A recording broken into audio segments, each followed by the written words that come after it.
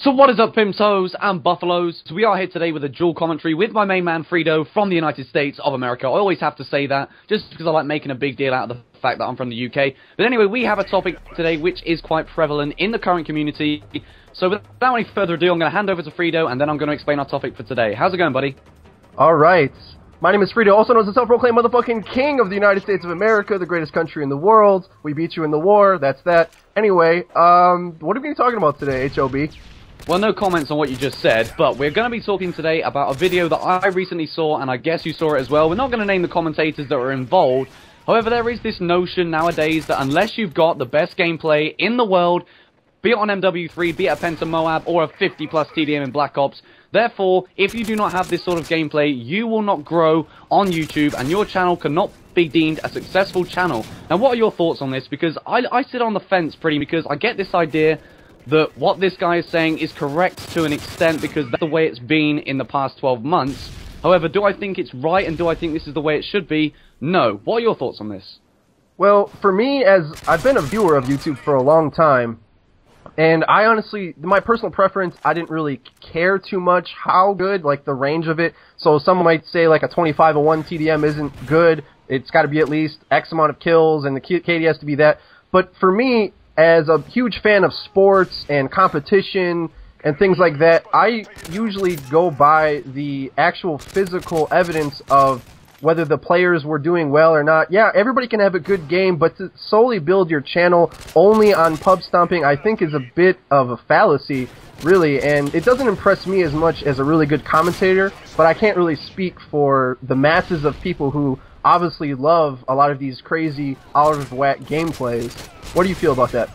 Well, of course, obviously, we can't speak for everyone, because these guys, I'm going to call them Moab Mentators again, they are the ones that seem to have grabbed the community by the neck and just been like, come on, I'm going to reel you in so you can view my video, just because my gameplay is amazing. However, in terms of actually the duration and the longevity of a game, I believe that the beginning, say, of Black Ops 2, the gameplay will be important. I mean, personally for me, I'm going to start talking about the gameplay, not necessarily tips and tricks, but I'm going to try to bring out as good a gameplay as I possibly can.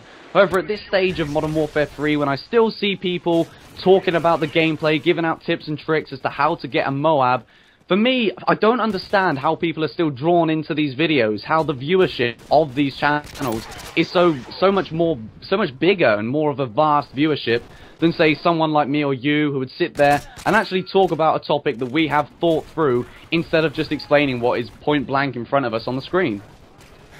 Well, something that I think plays into it as well is, I will give credit for this, it was LP that said having the naivety, I don't know how to speak, being naive in your playing of the game and not understanding when you're getting bullshitted and things like that. I think a large portion of the community feels this way about COD. Maybe MW3 is a different case because now it's so widespread and kind of everybody feels the same way, I think.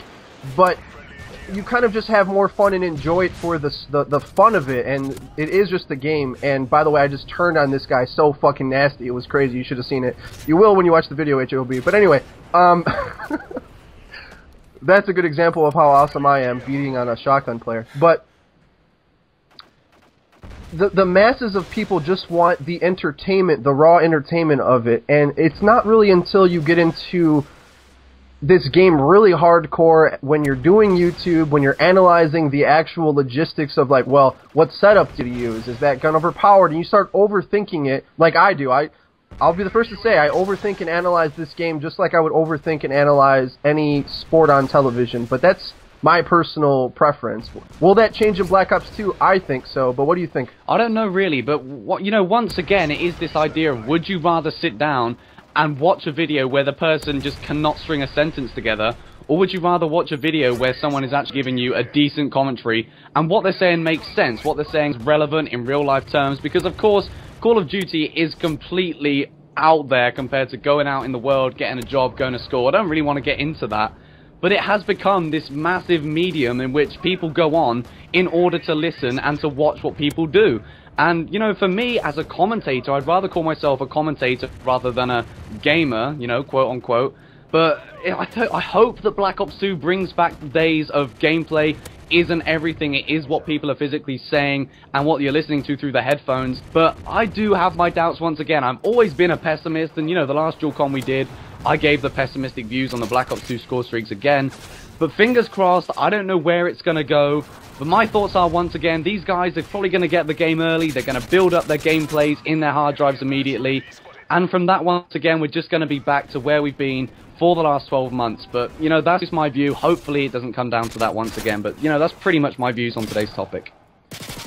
Right, and I mean, I always sound kind of like a jerk when I'm very obvious and straight to the point, but I respect the different kind of niches in the community that we have, you know, but I kind of respect and kind of wish more people would be on the side of my viewpoint, where I look at a video as in, what did the creator do? So not necessarily did he pub stomp, but like sometimes there's a good video could be you struggling against a bunch of guys using SitRep Pro, and you could talk about how SitRep Pro is overpowered, and this is some examples, like, wow, he's just camping in this corner and he can hear me coming a mile away. Like, that could be good creative content.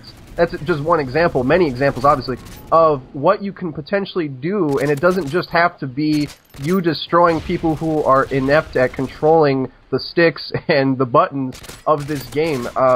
Hopefully with Black Ops 2, we'll see a bit of a divergence and creation of a new niche market, because honestly, anybody who goes into that league system is going to have a bit of a rude awakening, and it has to come down to actual raw skill and talent of knowing the game, not just how to pub stomp with the best stuff.